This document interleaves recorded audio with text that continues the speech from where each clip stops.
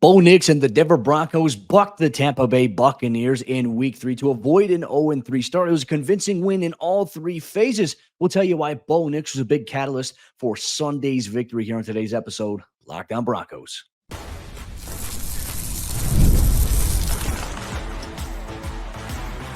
You are Locked On Broncos, your daily Denver Broncos podcast. Part of the Locked On Podcast Network, your team every day.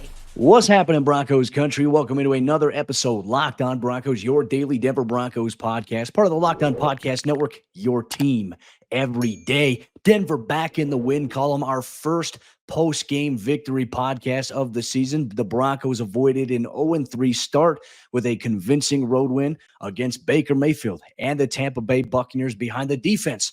And Bo Nix will highlight all that here on today's episode of the show. I'm Cody Roark, Broncos reporter for Mile High Sports, joined as always by Sayre Bedinger, site expert, predominantly orange.com. Today's episode show is brought to you by our friends over there at FanDuel. Place your first $5 bet and you'll get started with $200 in bonus bets guaranteed. Visit FanDuel.com to get started. Sayre, my friend, really a lot to go into today's post-game podcast. Really, all three phases contributed the Broncos' 26-7 road victory. Not only was it the debut of the new orange jerseys, but it was the debut of a new-look Broncos that didn't look like the teams that we saw in Week 1 or Week 2, and a lot of it started off with Bo Nix and the Broncos offense. Instead of deferring to the second half, we saw Sean Payton take the ball, receive it, and Bo Nix did his thing in that first drive there for Denver's offense. He did, Cody. Look, the Denver Broncos in this game, we're seeing the vision for Sean Payton that he had for quarterback Bo Nix coming to fruition. We talked about it all week that, man, the second half against the Pittsburgh Steelers, we really started to see the Broncos passing game, specifically Bo Nix, maybe take some strides, take some steps forward, and that just vaulted into Week 3 as Bo looked really good operating the offense. Obviously, just excellent execution from the Denver Broncos offense in this game. Bo Nix in particular, after a couple of games in which he struggled with ball security, throwing the 4 interceptions in the first 2 weeks, no picks here against the Tampa Bay Buccaneers, no turnovers. Bo was not sacked a single time in this game against the Tampa Bay Buccaneers. Another huge key for this offense being able to move the ball. It wasn't always perfect on third down situations, things like that, Cody, but man, some really great extended drives, some great conversions when the Broncos needed it, and staying on schedule with the offense, just operating with confidence. I feel like that's the biggest thing that I saw from Bo Nix in this game, just operating with confidence and looking like he was just out there kind of having fun, playing a little bit looser than we saw in the first 2 weeks. Yeah, and look, he did it against a Tampa defense that is tough. Now, granted, no Antoine Winfield Jr. in this game, no Vita Vea, but they still have very capable players there in Tampa Bay, and it doesn't change much. Like, obviously, Vita Vea is a guy who's going to be a great run plugger there, can get you up the middle if you don't account for him in terms of the pass blocking department there. Antoine Winfield Jr. is a great cover guy, but really, the Broncos, they kind of sliced and diced up a little bit in the pass game, the short to the intermediate stuff against Tampa Bay. And look, I find it refreshing that this is coming off a week where you see the report come out that the Pittsburgh Steelers, their cornerbacks, they were laughing that the Broncos had such a limited playbook because of Bo Nix. What do, though? They come out and Bo slings it. And that first drive alone, that very first opening series, he had the great 17-yard back shoulder there to Cortland Sutton on the left sideline. I love to see that. But, man, he has a nice little pop shot there to Josh Reynolds against a cover 2. I can't wait to break that down in the film room this week. But just overall confidence, and I think his ball placement was pretty good. If I'm going to critique anything, I think there was one pass in the third quarter where he threw it against a cover 2 in between a safety and the corner, and it got kind of tipped there. Could have been intercepted. It didn't. But, I mean, that's just nitpicking at this point. Bo Nix, a lot of pressure has been on him this week in the first 2 weeks of the season where he has struggled, and he struggled against different zone look defenses. He took advantage of that here in Sunday's game in convincing fashion. And all of a sudden, man, now the early narrative is about, hey, 0-2, oh no, Bo Nix isn't the guy. This is, I think, why, like, games like this are a great example, Sayre, as to why you just have to let a rookie quarterback play. You have to let him go through the ups and downs and the growing pains, or else we're going to say it, the Boeing pains here for Nix, obviously. I just liked what you said there. His composure, he looked comfortable in the pocket. I mean, even the sense about him, too, there was that one play in particular where there's a pass rusher coming off the left side, and it looks like he's about to get absolutely cleaned because Bo's rolling out to his right and is standing there. I'm like, oh, no, Bo's not going to see that guy. And then he senses that Sayre, steps up and runs for 22 yards, does the first down celebration. It's like, okay, hey, this kid is having fun. And Sean Payton kind of fired back a little bit in his post-game press conference about, Bo's confidence and things like that. And he said, hey, he's always been confident. He's won a lot in his college career. He just didn't have the best first 2 weeks of the season. This was a convincing performance, I think, from Bo Nix. I think as you look across the landscape of the NFL, people are keeping track. So are we. But Bo had the best performance of all rookie quarterbacks so far through week 3 at this point, and he's continuing to go, right? That's the thing. He's made drastic strides forward in just his 3rd game. You love to see that. It looked a lot like what we saw in the preseason here from Nix and company. And he got the job done with his legs when it was needed, right? You mentioned that big 22-yard run when it looked like Anthony Nelson of the Bucs was going to come and swat the ball out of his hand just before he threw it away. But Bo tucked the ball, ran, made a really great play. I think at that point, Cody, everybody in Broncos country was unified on Twitter for the very first time in the last 8 years. Since the team won Super Bowl 50, I think everybody was like, all right, this dude is him out there. But it wasn't just that play, right? It was the early decision to go for it on 4th down in your own territory, kind of approaching midfield, and Bo on a quarterback sneak kind of tucked the ball up and scampered off right to the left of Luke Wattenberg there for actually a nice little 5-6 yard gain to pick up the 4th down. And then another time, a quarterback sneak on 3rd down, moving the chains, extending a drive. Bo just did everything that he could. Another keeper off the right tackle where he had a nice gain as well. So you see the dual threat capabilities from Bo Nix, which I think are going to be a staple in this offense going forward. And they definitely need to be, because look, Bo, it just felt like, when you have the confidence of a running game's going really well, and you're just like, man, let's just keep feeding these running backs the ball, that everything's going. It felt like you could have that same confidence in this game with Bo Nix. Just like, hey, whatever you're choosing to do out there offensively, he's got the hot hand right now. And I had people texting me during the game. Our good friend Cameron say, Bo looks like the best player out there on the field today. And I can't disagree entirely. I mean, it was a great performance from Bo, even though, yeah, he's still seeking that first NFL passing touchdown. Doesn't matter. He ran the offense so well in this week 3 game after we saw the kind of baby steps in weeks 1 and 2. He ran the offense so well in this game against the Buccaneers, Cody, that I think everybody in Broncos country was in agreement. Hey, regardless of the outcome of this game, I think after the first quarter, all of us were kind of like, all right, Bo has played well enough right now that, man, we have something to hang our hat on in this game, even if the Broncos don't win. But, man, that defense turned in such a nice performance to be able to back up your rookie quarterback to say, hey, we got your back. We're going to get you extra opportunities. And Bo took advantage of those opportunities and looked like a veteran out there operating this Sean Payton offense. 64 offensive plays, 352 yards total for the offense in this game. I felt like the operation was very clean. And Denver even had a couple of penalties offensively that backed them up, but they still found a way to turn some of those drives into points. 3rd down, still a little bit of an issue. But I think if you just look and say, okay, hey, 4 of 13, that's not good. But I would say Denver was far more efficient on 1st down and 2nd down. And they were 2 of 3 on 4th down. Really, you could say 2 of 2. The other 4th down play was when they took a knee on 4th down to, at the end of the game to give Tampa Bay the ball at that point. So not sure that's going to count negatively against them. But overall, 1st down, 2nd down operation was clean. It was efficient. And, look, you got to manage some of those situations on 3rd down. But overall, the offense, it looked like there was some flow, some rhythm there. And it all started and ended with Bo Nix. We'll talk about some other catalysts of that as well later on here in the show, especially when we talk about the run game. But we also got to talk about the defense.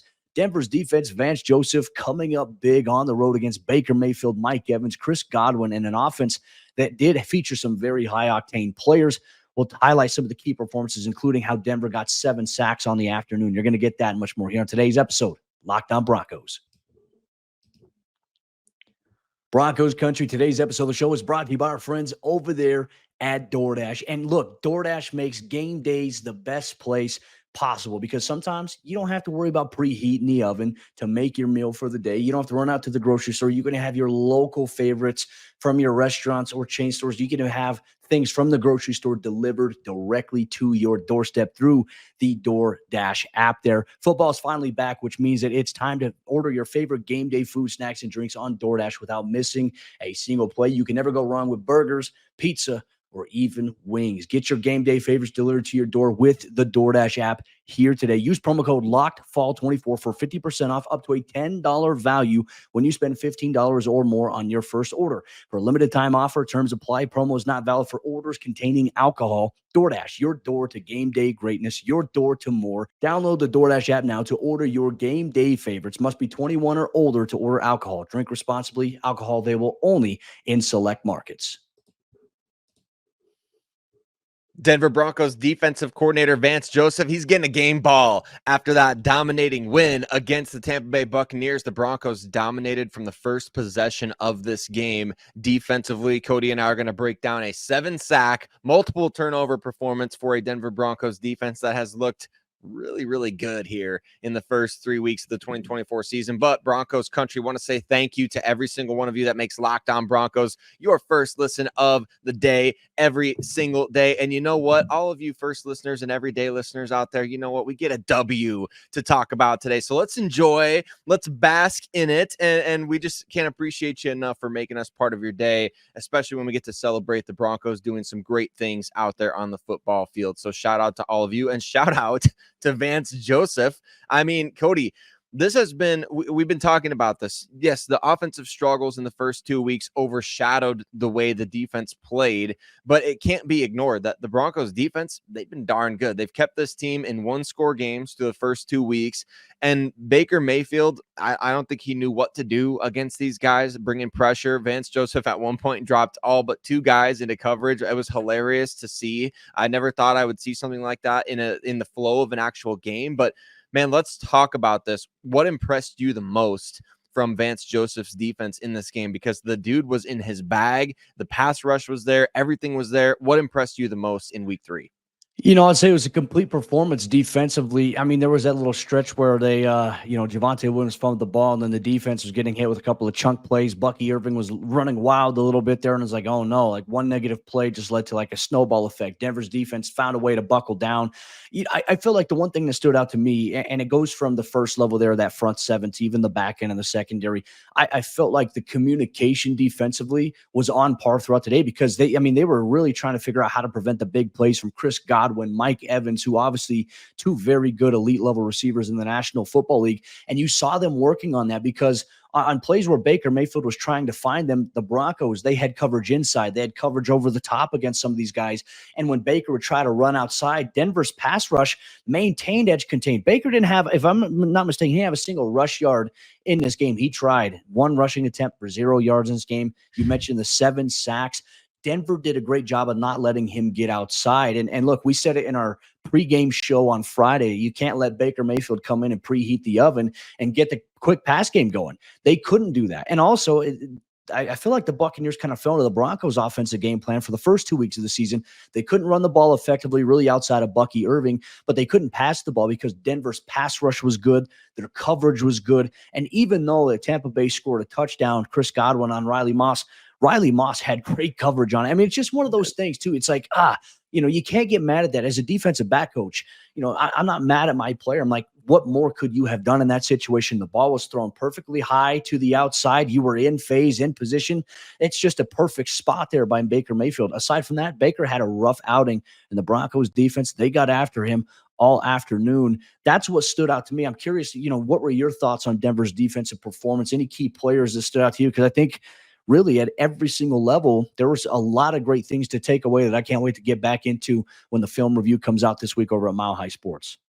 Yeah, I can't wait to watch this game back over again, Cody, because when the pass rush is getting home for 7 sacks and you see so many different guys popping up on the stat sheet in terms of getting the sacks, and we watched throughout the game, like there was one sack where Dondre Tillman, who had a heck of a game, Dondre Tillman was credited for one of these sacks, and yet Zach Allen got there first and Jaquan McMillan got there second on a blitz, and then Dondre finished the job. But man, you look at this 9 quarterback hits and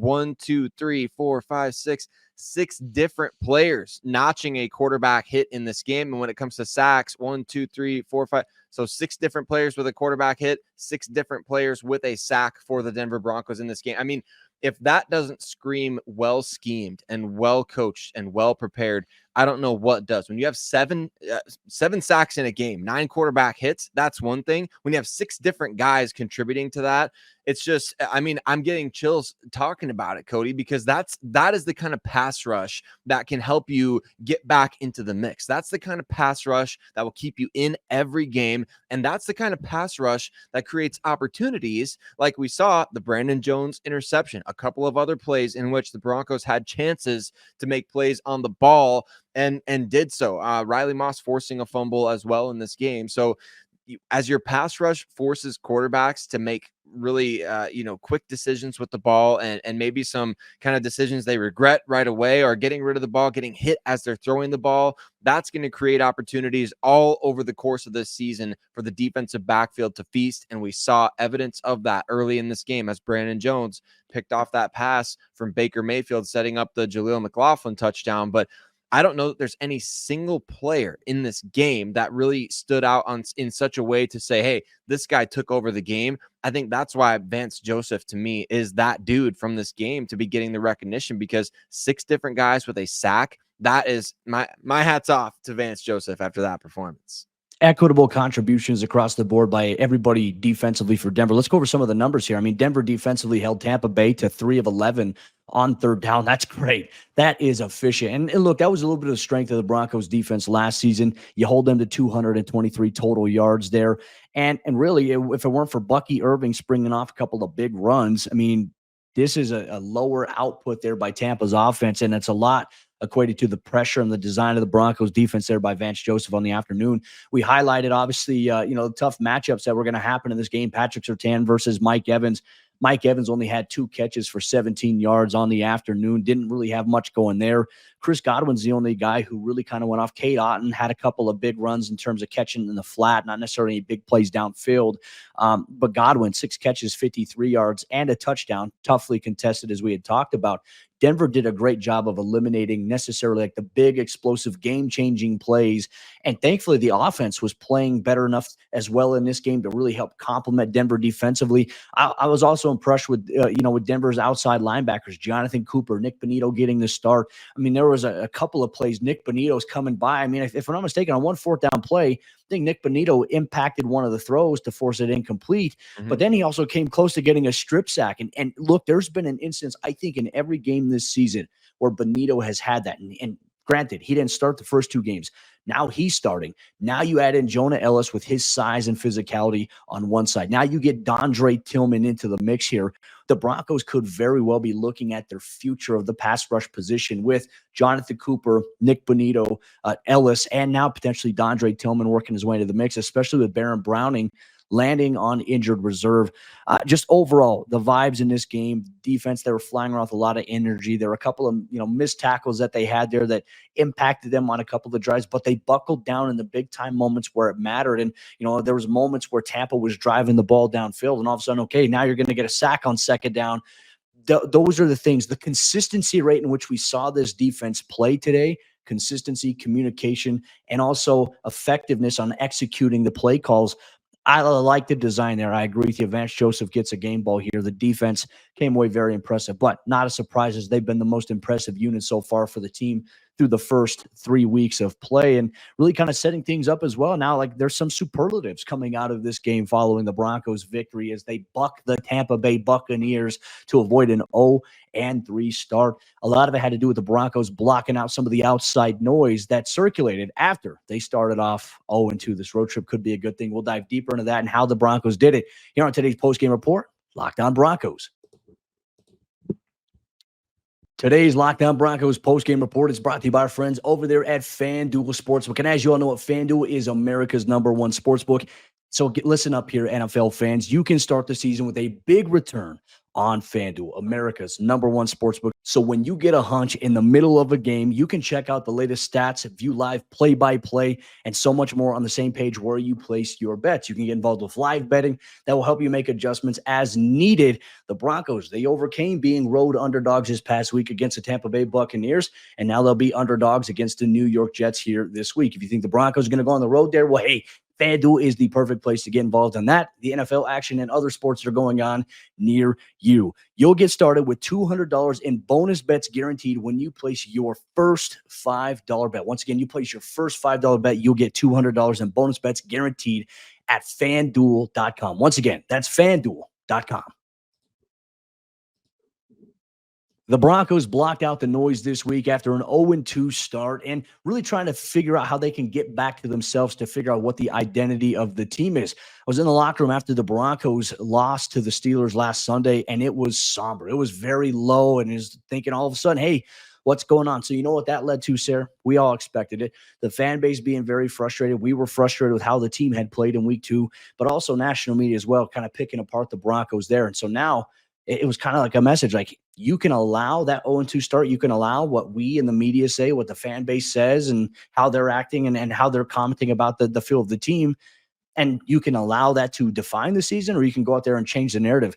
Riley Moss said it best after the game. We got to put our heads down. We just got to go to work. And that's exactly what the Broncos did all last week, and it paid off. And now they're going to spend this week on the road in West Virginia practicing as they prepare for the New York Jets this week. So, a lot to go into here. I mean, Sayre, when we look at it, blocking out the outside noise, we talk about it. It sounds cliche, though.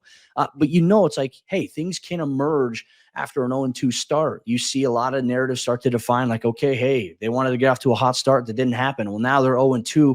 They don't look good. Bo Nix hasn't been playing the best. Okay, the season is, as the kids say these days, cooked. Now, the Broncos kind of changed that narrative a little bit, and I think it just goes to show you the narrative can change at any point in time, given in a 1 or 2 week span. It can change on a revolving basis.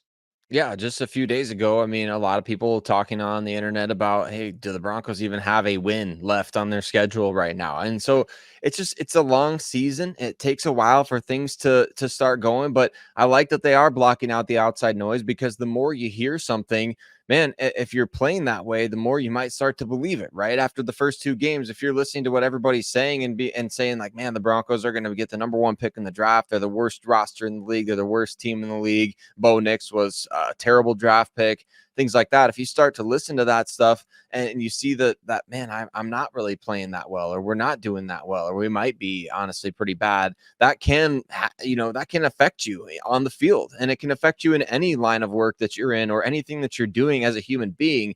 So I like that they're blocking out that noise, and I think it's important for them to continually just stay focused on this road trip.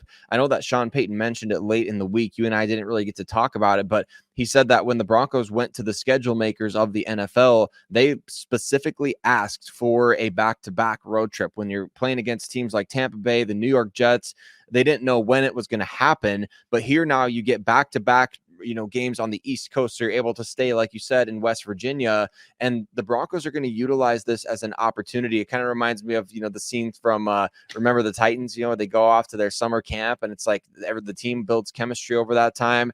I know it's not going to be that dramatic, but you kind of hope that the guys can really rally together and be, that single unit and strive towards that, singular goal. I know it does, like you said, it sounds cliche, but man, how important is that over the long haul for a team to have that kind of chemistry amongst the entire roster? Yeah, no, look, and speaking of that chemistry too, I mean, it got impacted in the starting lineup because, as we all know, Mike McGlinchey on injured reserve. Alex Palczewski got his first career start, and I didn't see anything, when you're watching the game on the broadcast the first time, right? And I'll go back and I'll watch the All-22. But I didn't see anything that's like, oh, wow, like, Palczewski's like struggling or anything like that. I thought Palczewski did a really good job here. I thought Denver's offensive line did a good job. There are a couple of moments I think Bo improvised and made some things happen, particularly off of the left side. But I was very pleased with what I saw from Palczewski. It didn't seem like there was a drop off in how the offensive line played. And I hate to say it because this could be kind of, might sound a little controversial, but I feel like Denver's offensive line looked better with Palczewski in there at right tackle. And I'm not trying to start a controversy like I mentioned, but it did look good there. And Sayre Bedinger, the new running back one potentially here for Denver. That's also another thing in terms of chemistry. It looked like he had chemistry with the offense in terms of getting it going. He was the spark plug outside of Bo Nix. At one point of the game, Bo Nix was the leading rusher with 47 yards, and then Sayre Bedinger happened. Or yeah, Biddy. right. Yeah, it's Biddy now. It's Biddy. It's Biddy. So during the game, I mean, Sayre, you and I, we've been covering this team for the last, handful of years. Tyler's been on this team for a while. And we were always under the impression it was Beatty. And in the pronunciation guide, it was Beatty. Apparently, Tyler Bidet went to PR this week and said, hey, it's actually pronounced this way. So we were wondering why the announcers, the commentators were pronouncing it wrong. Like they were getting Cortland Sutton's name wrong. And so it was like, oh, well, these guys just aren't doing a very good job. You have a pronunciation guide right there. But it is Tyler Bidet, because I got a phone call and they said, yeah, like, hey, confirmed that we found this out this week. It is Tyler Bidet. So I was like, all right, well, sorry, Fox commentators. That's the one on me. But a surprising development of the week. And man, Tyler looked really good. Yeah, he really did, Cody. I mean, my goodness, when you talk about a practice squad player being called up for a game, like this was the second time Bidet has been called up. Man, that's going to take some getting used to, isn't it? Because every time I think of a Bidet, we all know what we think of when, as somebody commented to me on Twitter, he's the Bidet for the Broncos running back room, washing away all the. I mean, I didn't make it. I can't claim that one, but you know what? We can rock with it.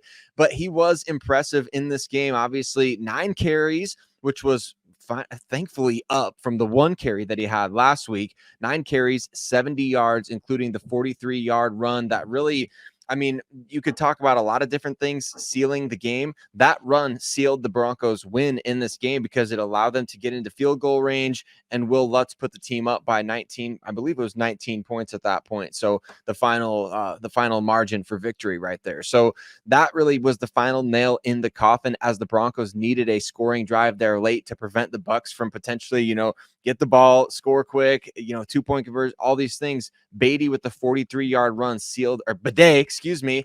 Like I said, you're going to have to be patient with us, especially yes, Tyler. 100%. But yeah, we got to give a shout out to that crew, because I think, look, I was like, man, they sound super pro Bucks. That was apparently a college football commentating crew, Cody, that was called out of, they said, the bullpen to call this game for the Broncos and Bucks. And being that I've called a college basketball game before, that is a tough task to know who you're talking about. So the fact that they pronounced Bidet's name correctly the entire game, while all of us are like, what are they doing?